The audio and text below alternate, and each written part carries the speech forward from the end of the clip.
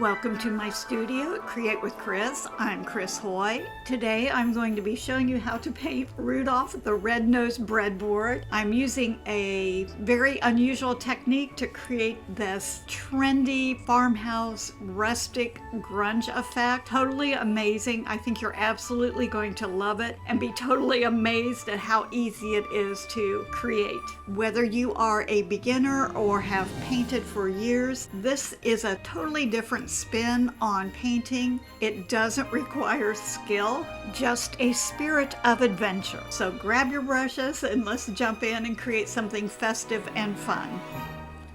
This project is very loose and unstructured is maybe a good word. I'm using an 1.5" short wash and I'm applying sand gray. Usually start toward the middle and pull toward the side edges. That helps keep those side edges nice and crisp and clean. Now I wanted to do every other stripe with sand gray, and I could have taped off those little grooves to get perfect stripes, but this is a very rustic project, so I'm just allowing those stripes to be a little bit, my favorite word is loose and just stress-free. So I'm using the chisel edge of my brush. I'm trying to be a little bit careful, but I'm just pulling it across that groove. And as we proceed, you'll see why it's really not that important that it be exactly precise. Now I do want this to be a little bit distressed. So after I let it dry, I'm taking just a light grit or a fine grit sandpaper and lightly sanding, a little heavier around the edges so that it becomes a little more distressed.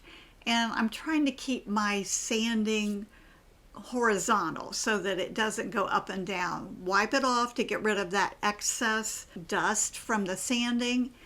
Loading the toe of my 1/2" awesome angle with burnt umber. I have a lot of moisture on my brush. That way I can move the paint around for quite a while before it begins to tack up and dry. Also with my angles, they're a little bit longer in length, which will provide a longer stroke so that I don't have to reload over and over and over. You can see when I'm reaching off to the right, I'm picking up more moisture in my brush. Not particularly concerned about a nice, smooth, even float. Again, this is going to be just a little bit grungy and a little bit antiqued, so I'm just looking for that darkness around the outer edge. Now for the fun part. I'm using raw umber. I have a palette knife, sliding the flat of the palette knife over just a thin puddle of paint.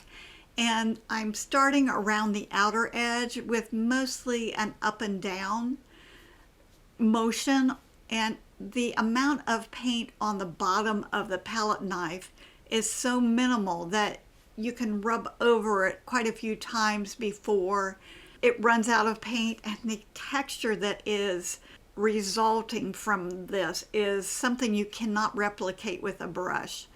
So I'm just more or less adding it here and there. I want to keep it a little bit random, maybe heavier around the outer edges.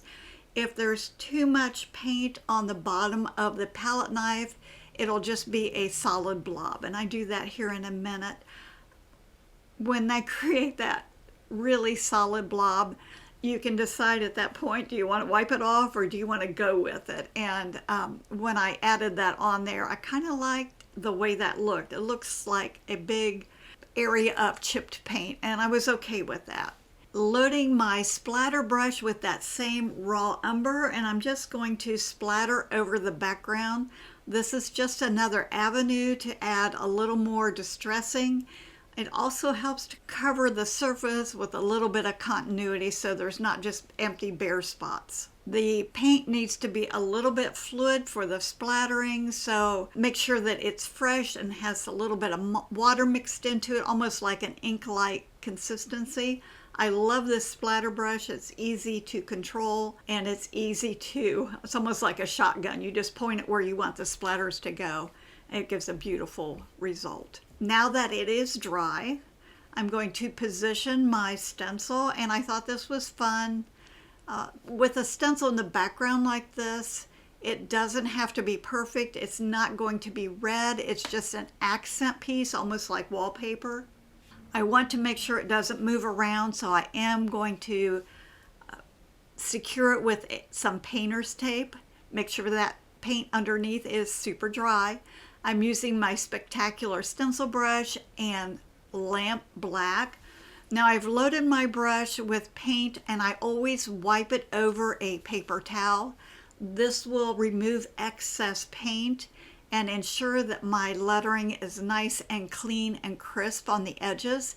Now I didn't want to get the words on the right hand side or the snowflakes, so I'm just using, this is one of my painter's tools. I'm just using that like a mask to make sure that I don't get paint in the sections that I don't want paint. And it just is really handy. I can use tape, but I found that if I use one of my painter's tools, it just makes it easier. 2 light coats is better than 1 heavy coat, but going for this rustic effect, sometimes 1 coat, if it's applied evenly, will be sufficient. And I do want to make sure that I don't overload. I just have a nice, soft, almost a dry brush, and I'm doing more of a swirl than a pounce. A pounce always will give a heavier coverage than a soft swirl. Now that it's completely covered, I can remove the stencil. I think it looks fantastic.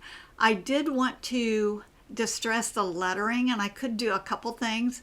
I can take my sandpaper and I can lightly sand it to mute some of that lettering, or I can go with that same palette knife technique. Just going to pick up a little bit of that sand gray on the bottom of my palette knife and very gently slide that over top of the letters that are over the sand gray.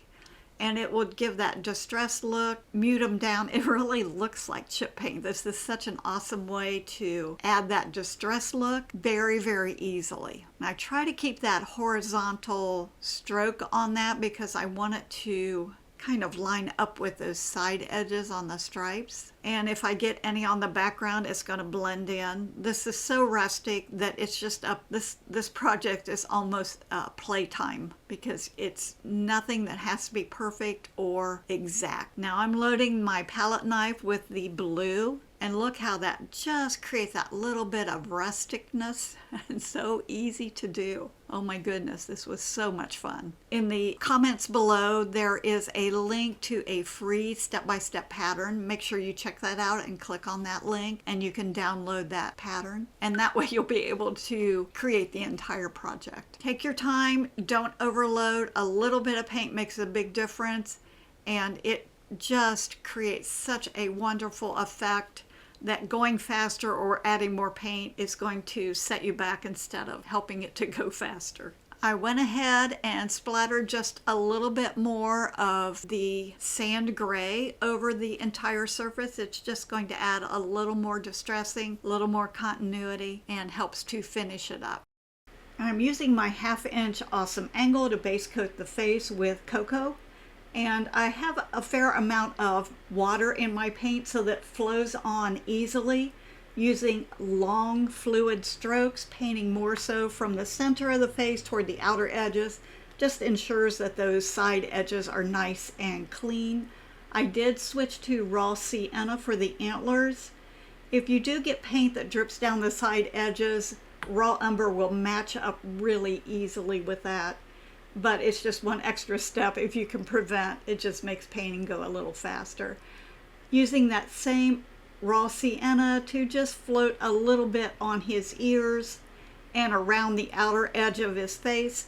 There's not a lot of detail painting on this, but this little bit of paint, it adds so much dimension. And doing the same thing on the antlers with a little bit of burnt umber, just toggling those different shades of brown to create that dimension, and it just looks so much more professional to have even just this tiniest bit of shading on it. It doesn't have to be perfect.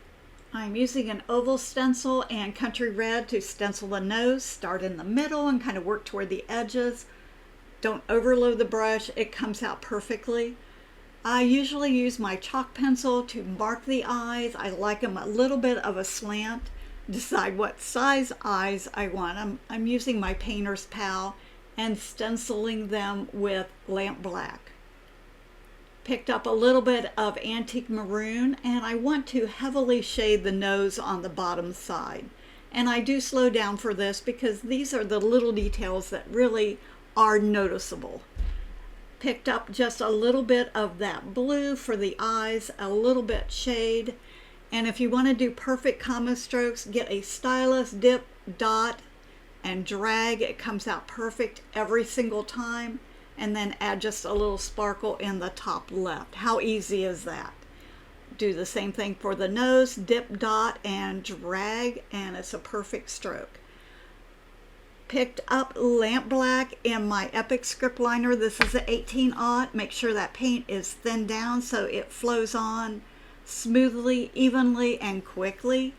And I'm adding just a few little eyelashes in his little mouth. Micron can be used for that, but be careful because you want to make sure it dries before you add the shading. Picked up a little bit of the burnt umber, just shading around his eyes, underneath his eyebrows. This is so important. It makes the face look like it fits in his face and not just painted on. Added a little bit under that big old nose and then down each side of the mouth. My paint is wet, so I can move it around and blend it together for quite a while before it starts to tack up. Now I'm adding the grunge, and this part is optional. If you don't want to add grunge to the little reindeer, that's a personal preference, but I thought I'd stick with the theme. And you can see how thin the paint is on the palette. Just slide the knife through, and I reload many times. So I'm not trying to overload and do a lot. I just go back and forth and back and forth. And you can control the amount that is added, especially on the face. You don't want big dark splotches on the face. If you're concerned about it, put a coat of varnish on it before you do that. The tag is khaki tan, and I have a little trick to shade the edges on tiny pieces. Just going to tape it to my acrylic stamp block. I am a spinner, so I love the toe of my brush with raw umber or burnt umber, and I'm just shading around. I can spin the tag and not have to worry about hanging on to it. These are little teeny tiny letters, and I'm using that same acrylic block and a pair of tweezers. If you struggle with tiny little objects, this is great. Stamp it with archival ink and then just place it on the tag. This is a Stampendous set. I'm sure there's other stamps that are comparable to that. Adding a little grunge around the outer edge. Okay, if you have trouble painting tiny little pieces, I use my fingers. Your fingers are no different than a brush. If you overload it, it's going to drip down the sides.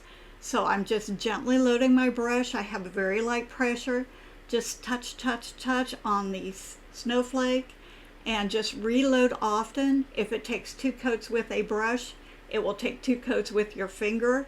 It gives kind of a little textured finish, but I'm putting glamour dust on it, so I'm okay with that. But look at these edges. They're perfectly clean and look great. For the tiny ones, I just use my stylus to hold it down, and I don't have to worry about taping it and all of that. So just reload often. This is the first coat. It's just a light coverage, but how easy is that? So if you work smarter and not harder, they still turn out absolutely beautiful, and those side edges are just perfect, and you can feel the touch. So this is the second coat, and I'm putting the white paint on. While it is still wet, I'm going to sprinkle generously with glamour dust. Look at that. I don't think you can see the sparkle, but it is absolutely perfect. Picked up Snow White on the toe of my number 5 Radical Round, and I'm just rolling it on the antlers, letting the brush create that look of just drifted snow, and you just kind of let it roll between your thumb and your fingers, and it just comes out perfect. While it's wet, again, I'm going to sprinkle it generously with glamour dust. For the nose, I'm going to stay lightly on the tip and just kind of touch. Add that glamour dust. Now I'm going to add a heavy coverage of snow. I want this to look very Frosty while it's still wet. Douse it with the Glamour Dust, adding snow on Rudolph, trying to keep it out of his eyes. So I'm just doing it a little heavier. And I did add Glamour Dust on Rudolph as well. Fine placement, I kind of like that little reindeer between his antlers, so I'm going to let that show. And then take my hot glue gun, make sure to position that and secure it with that glue. You can use tacky glue as well. I kind of like my snowflakes at a little angle so that they don't go straight up and down. And I made a messy bow. These are just pieces. I had a little piece of lace, some ribbon, little tiny ribbons, cut a few snippets of greenery, little berries. On the tag I used some hemp cording, tied it through the hole, and then cut it short so it looks like it's tied onto that little bow, and added a hemp bow at the top. Now that it's on there, I can kind of fluff it and spread it out, trim each one of those little pieces of ribbon and hemp and all different lengths, so they're not all the same. Just adding some Snow White plops here and there, sprinkle it with Glamour Dust. I found some cording, and I'm going to tie that at the top and put a little loop in it. And I thought it needed just a little bit more, so I tied some more of that ribbon around, adding some greenery at the top. I wanted this to be bigger and a little bit more noticeable, so I went with bigger berries. Tied an organdy bow and kind of added that at the top, adding some snow, and of course we have to do the Glamour Dust. Light touch on that. The greenery will pick it all up. And it doesn't matter if it's beautiful greenery. If you add snow and Glamour Dust on, it's going to look gorgeous, no matter if it's new or old or whatever. I thought that ribbon looked too new, so I just picked up some of that burnt umber and added just a little bit of aging on that. Thank you so much for painting along with me today. I absolutely loved how Rudolph the Red-Nosed Breadboard turned out, and I think you will too. If you do give it a try, I'd love to see your version. Please feel free to share it in the comments below. And don't forget, the free step-by-step instructions and all the supplies I use are listed in the links below. If this video inspired you, please give it a thumbs up, subscribe, hit the bell. That way you won't miss out on any future tutorials. If you have any questions or comments, please let me know. I always love hearing from you. Thanks again for joining me, and I look forward to our next painting adventure together. And remember, a little bit of paint makes a big difference.